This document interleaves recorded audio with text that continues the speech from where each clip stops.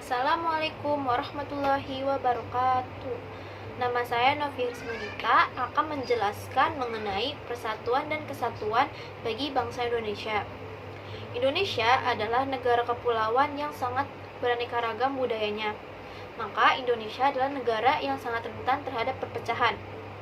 Maka persatuan dan kesatuan adalah kunci paling penting bagi Indonesia untuk menjaga dan mempertahankan keanekaragaman budaya tersebut. Nah, apa sih arti dari persatuan dan kesatuan itu? Persatuan itu adalah terikatnya beberapa bagian menjadi satu kesatuan. Sedangkan kesatuan itu adalah keadaan yang merupakan satu keutuhan. Sehingga persatuan dan kesatuan dapat diartikan sebagai bersatunya bermacam-macam corak yang beraneka ragam menjadi satu kebulatan yang utuh dan serasi. Di samping persatuan kesatuan ada juga integrasi, yaitu proses penyesuaian unsur-unsur yang berbeda sehingga menghasilkan keserasian dalam kehidupan sosial bermasyarakat. Nah, apa sih faktor pendorong dari integrasi ini? Ada 6. Yang pertama itu ada Pancasila. Yang kedua itu Undang-Undang Negara Republik Indonesia tahun 1945. Yang ketiga itu adalah Sang Saka Merah Putih. Yang keempat, Lagu Kebangsaan Indonesia Raya. Yang kelima, Bahasa Kesatuan Bahasa Indonesia. Yang keenam itu ada Sumpah Pemuda. Ada 3 faktor pendorong persatuan dan kesatuan bangsa Indonesia.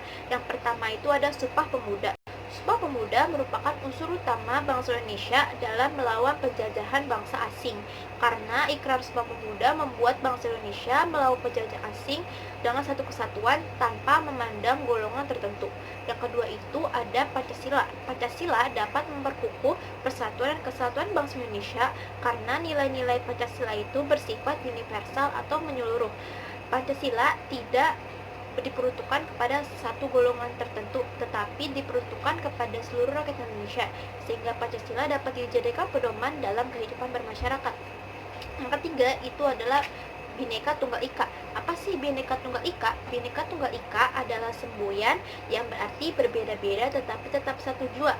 Artinya Indonesia yang penuh dengan perbedaan ini dapat bersatu, yaitu sebagai interpretasi dalam semboyan Bhinneka Tunggal Ika ini. Selain faktor-faktor pendorong tadi, ada juga faktor-faktor penghambat persatuan dan kesatuan bangsa Indonesia. Yang pertama itu adalah kebinekaan atau keberagaman. Indonesia memiliki keberagaman yang sangat banyak, sehingga akan menimbulkan perbedaan pendapat dan menimbulkan perasaan kedaerahan yang sangat kuat, sehingga akan memunculkan konflik antar suku atau antar golongan. Yang kedua itu adalah geografis. Indonesia memiliki wilayah yang sangat luas, sehingga akan terjadi ketidakmerataan pembangunan yang akan menimbulkan konflik antar daerah.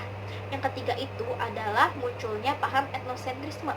Apa sih etnosentrisme itu?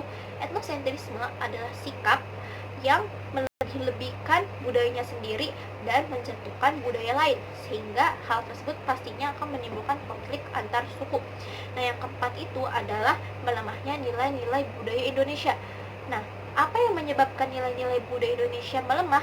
Karena itu terjadi karena pengaruh budaya luar yang sangat kuat kepada diri kita sendiri, sehingga akan melemahkan nilai budaya Indonesia. Yang kelima itu adalah pembangunan yang tidak merata. Karena wilayah Indonesia yang sangat luas, pasti pembangunan tidak merata dan akan menimbulkan kesenjangan di segi apa. Nah, setelah mengetahui makna persatuan kesatuan bagi bangsa Indonesia, apa sih perilaku yang menunjukkan sikap menjaga persatuan dan kesatuan Indonesia?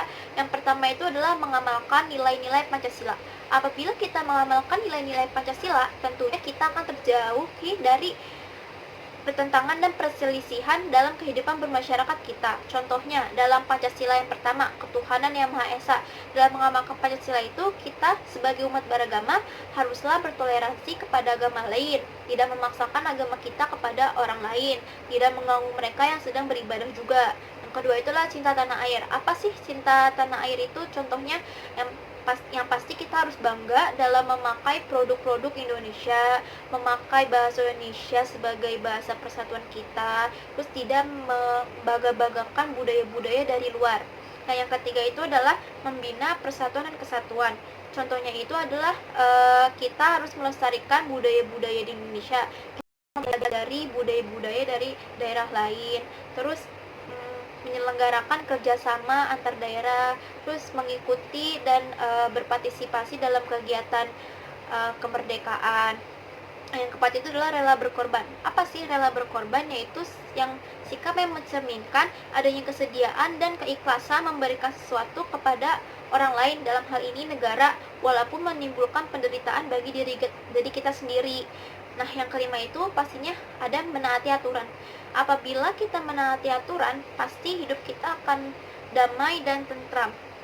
Aturan itu dibuat agar kehidupan berbangsa dan negara kita damai dan tentram tanpa adanya pertentangan dan perselisihan antar kehidupan berbangsa dan bernegara.